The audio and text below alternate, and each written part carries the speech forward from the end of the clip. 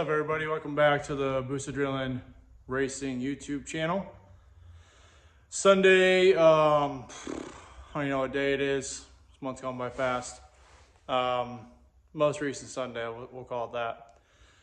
We are in the shop today working on today's project is Tyler's Jeep.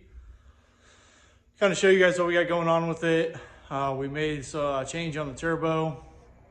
I'll kind of explain why here in a second, but show you guys what we're doing to it and what we got to do to get this thing ready for Wisconsin. So big announcement. If you guys have not saw it on Facebook or phone a friend, we are going to Wisconsin Keys Peak ski hill climb on March 8th, I believe is the exact date, which is Saturday.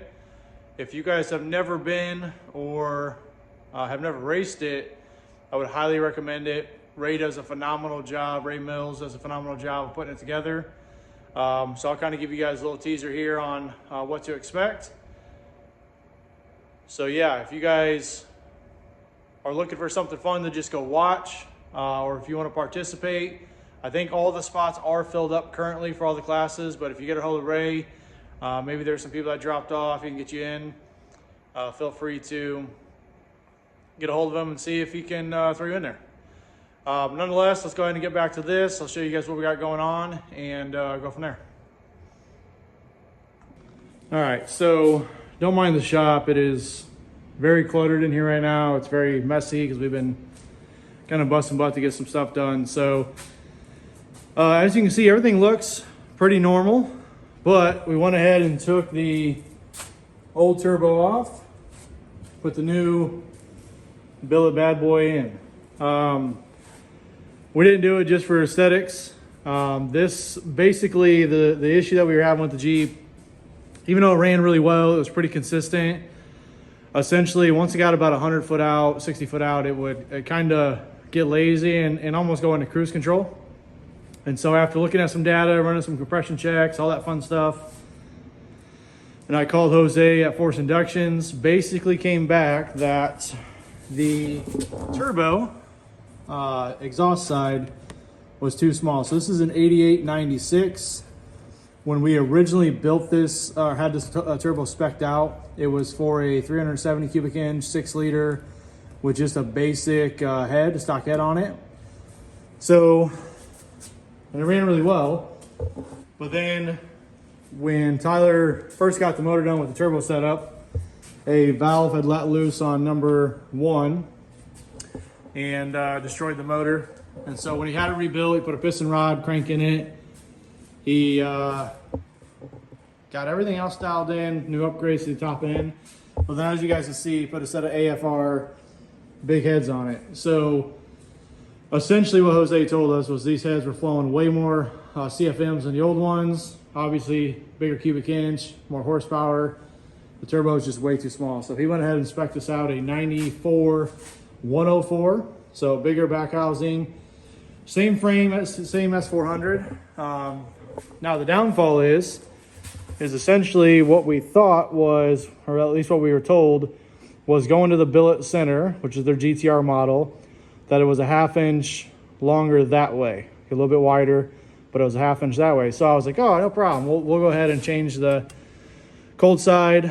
As you guys see, I already did that. Sorry, I forgot to film it. But not bad. Welded it myself, not too shabby for somebody that doesn't weld for a living. So I essentially just had to shorten that up. Well, then we got back to it and we noticed that, if you guys see, I have it off right now, but basically the T6 flange was about 3/4 inches too far back as well. So not only was it a 1/2 inch farther that way, it also was a 1/2 inch farther that way. And so that changed the geometry of the exhaust, changed the geometry of the mid pipe. And so in order to get everything to bolt up correctly, what I'm doing currently, I'll show you guys as I go along, is this mid pipe here, the hot side, goes up here, comes back, and then there was just a little piece of straight there that went into a 90 off the T6 flange. But as you can see, I cut it off. I end up having to kind of relocate or reposition the 90 off the T6. So I get a brand new piece. I guess you got it tacked right now. So I'll show you guys welding that up. And then I got this that's gonna go in the center of them. So I get everything marked out. So we'll be able to put that all together. So, and then when it come down to the, exhaust, the downfall was this bracket that he had on here. Because the angle of the exhaust changed, it was hitting the underneath of the Jeep. So essentially what I had to do was cut that off. I don't have a bracket on there now. It's all loose right now, but it's still pretty rigid. And so what I'm gonna do is just leave it off for now. Once we get back from Wisconsin, we'll probably draw up a bracket and laser it out and put a new one on. But for now, we just don't have time to make all that happen. So yeah, we'll go ahead and get the rest of this tacked together. We'll final weld it, get it put back on, and yeah, hopefully here in the next hour or so, we'll be able to start this thing back up and show you guys, see what it does on the brake and everything. Again, everything's brand new, so I'm thinking it's gonna be pretty similar, but we'll see what we can do with it. So yeah, let's go weld this up.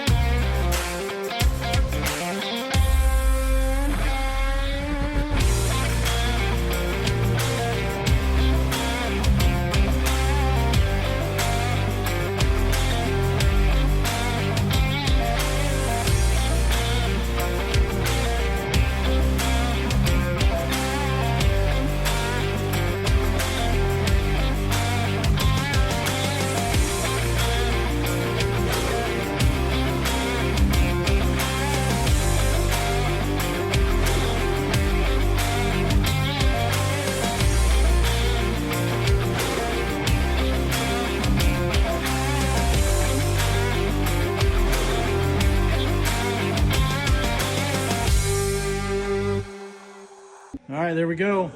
Like I said, no master welder by any means, but it's got some good color. I don't think it looks terrible. No. Again, beats paying somebody to do it. So we'll go ahead and slap this sucker back on and hopefully get it running here soon. All right, so I'm gonna go ahead and take the turbo off. I'll remove the cold side, the exhaust. Go ahead and I gotta put the O-ring. I'll show you guys what I'm talking about there. Transfer over everything for the feed line and the drain line. And then we'll be able to final assemble this thing, put it all back together. And yeah, pretty excited. We're gonna roll this thing out and get it started up here soon. So be there in just a second.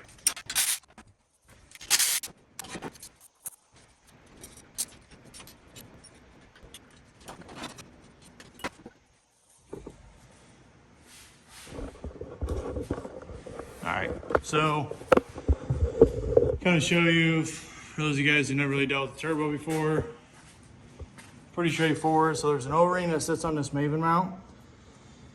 It got boogered up last time, so we're gonna go ahead and put a new O-ring on it. And then once we get that, we'll be able to put the turbo back on, put the gasket on the T6 flange, bottom mount it, it should be good to go from there.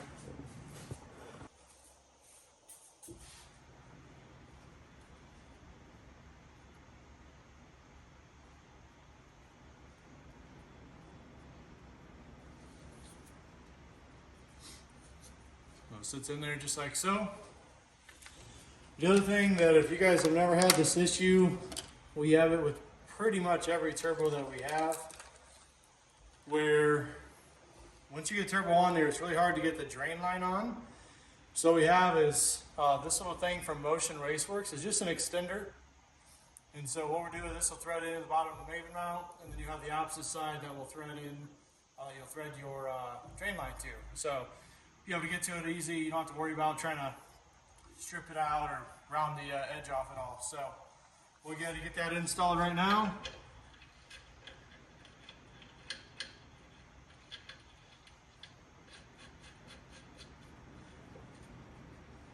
You just take your A-in wrench.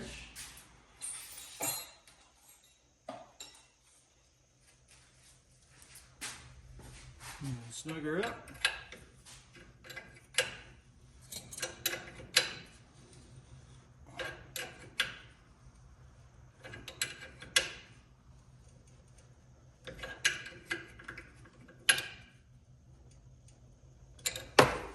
Good to go.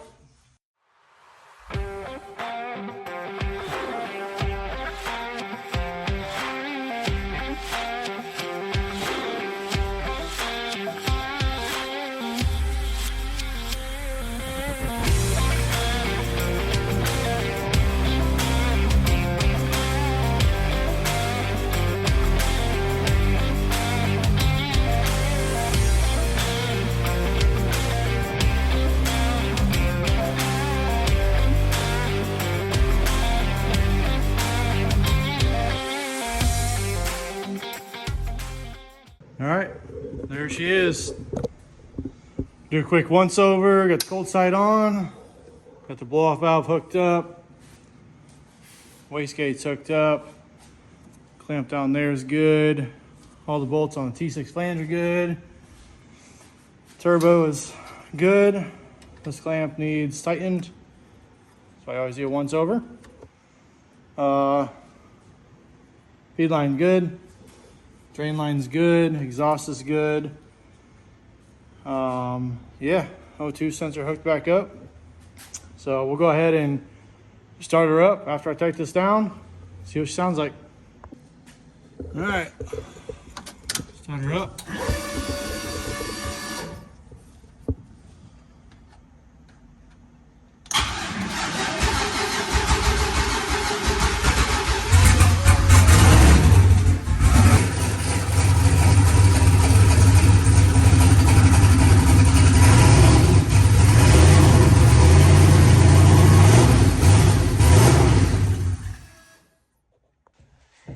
Alright, so as you guys can see, we wrapped up Tyler's Jeep, got everything buttoned up. So like I said, got the cold side done, got the mid pipe done, exhaust fitted up again, and started up.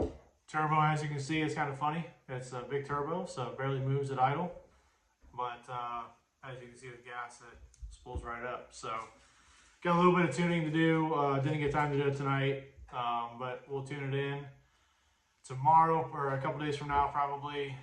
Get it idling a lot better. Obviously it's producing a lot more air, so I have to mess with the feeling a little bit, get the idle a little cleaner, and then we'll bring it up on the brake, make sure everything's happy, and go from there. All right guys, so news of the day. I lost my partner here. She had to go do her own vlog. I told you guys I'd tell you on Friday what I bought. Gave you guys a little teaser. Maybe did a little bit of YouTube blackmailing, but we did go ahead and buy Hemi, but we didn't buy what we wish we could have, billet Hemi. If I could afford it, we probably would have already had it.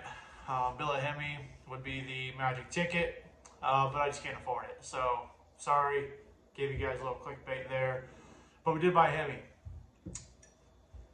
We just bought Hemi rod. So kind of give you guys a little bit of a history here as to why we did what we did. As As you guys know, Travis Oak, 616 Motorsports, does all my motors now. Great guy, always steers me in the right direction. So what we decided is, in order to kind of compete at the higher levels and compete with the guys who are pushing the 40, 50 pound range of boost, we got to step up our engine platform. So again, if we could afford a Hemi, we probably would have one. I'm just gonna pull the trigger on one this year, so maybe in a year or two we can make that happen. But in order to beef up our pretty stout 540 that we already had, we went ahead and pulled the trigger on some Hemi rods and pistons. So just to give you guys an idea, this is a big block Chevy rod. One of the big issues with the big block Chevy rods when you get certain boost levels is the wrist pins start to break on them. Obviously that causes pretty catastrophic failures. And so what we did is we went to a Hemi rod. As you guys can see, the wrist pin diameter is pretty significantly different. A little bit more material around the edge of the wrist pin as well. And then overall, just more material everywhere. So you have more material in the middle here for strength. You have more material here around the wrist pin.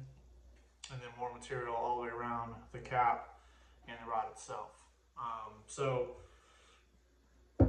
again, the idea is to be able to compete with everybody this year. Once I learn how to drive the truck, get more comfortable in it, we'll be in a good spot. So I got these on a steal of a deal, probably somewhere between $400 and $4,500 brand new for 10 pistons and 10 rods, with all the bearings and everything included. I actually picked these up from a guy down south. Got 10 pistons, 10 rods, all new rings, all new bearings, for like $2,100 bucks. So I really couldn't pass the deal up. And it's gonna take a little bit of work. Travis has to obviously hone the block out. So it was a 540, now it's gonna be probably like a 589 or 598, something like that. I think is what he said. And then the block is gonna have to be machined a little bit to be able to kind of accept the bigger diameter of the rod. Same stroke, same everything else. We just gotta go to a bigger piston, bigger rod. We're also going to top fuel hoop the heads, so we're going to beef up the heads a little bit, make sure we give ourselves plenty of clamping forward, make sure those head gaskets stay in place. And so I really think we're going to be in a good spot. We got a new intake put on this thing, should be able to flow a lot more air. Turbos are fresh, motor's going to be 100%, and trans and converter and everything like that is brand new. So we're hoping to come out and have a pretty good outing, hopefully not have any engine issues this year. And ideally just put us in a really good position. You know, obviously the goal is to go, you know, before we ran probably close to 26 pounds on these, 26, 28 pounds while we ran, went at 330. So pretty respectable for the amount of power that we were actually using.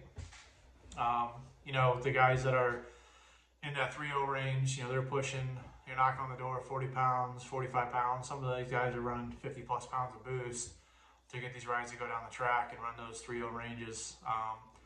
We obviously want to compete with them. We want to make that happen. And so, and then the ultimate goal is to go 2 seconds, right? We can go 299, 298, whatever would be the goal. So we're going to build a motor to be able to push the limits and hopefully be able to knock that off our bucket list. I'm not sure if we're going to be the first ones to do it, because there's plenty of people this year that are probably already geared up for it better than I am. And so, you know, hopefully one of them being Jason. You know, he's got a pretty killer combo and could easily knock on the 2 second range, depending on what track he goes to. So, nonetheless, that's what I got for you guys. Sorry again, got you guys a little bit of clickbait there. But we did buy a Hemi. Just didn't buy the NOONAN Hemi that I kind of had fun with. So, I appreciate you guys watching. Comment, like, subscribe. Please share this video if you can. It goes a long ways for us. We're trying to get the subscribers up to 500. That's our next little milestone. I think we're at like 340 right now. So another 160 of them, 140 of them, something like that. Got to 500. Hopefully you guys liked a little bit more action in this video as well. I know it wasn't crazy roost launching action, but you guys see me kind of work on the Jeep and do some welding and stuff and really fine tune it. We are going to probably dial it in some more later this week, like I said. And then the next video you guys are going to see is going to be us in Wisconsin. So I'll kind of give you guys probably a day one video on Friday when everybody kind of gets there and mingles and has some fun. And then Saturday is going to be the action. And I got some people coming in for that. So Adam Cockrell's coming in. He's going to be my cameraman. So I'm going to be doing some videoing myself. He's going to be kind of hopefully at the top of the hill, doing some video for us and everybody else, and then taking some snapshots as well. So it should be a pretty killer video. I look forward to putting that one out. In the meantime, we'll keep pushing out if we got some content to push out. If not, we'll see everybody in Wisconsin. Like I said, if you guys haven't had a chance of going there, I would highly recommend going there. It's a fun race, whether you're watching or racing, and super enjoyable company just to be around. All right, so again, thanks for watching. We'll see you guys next time.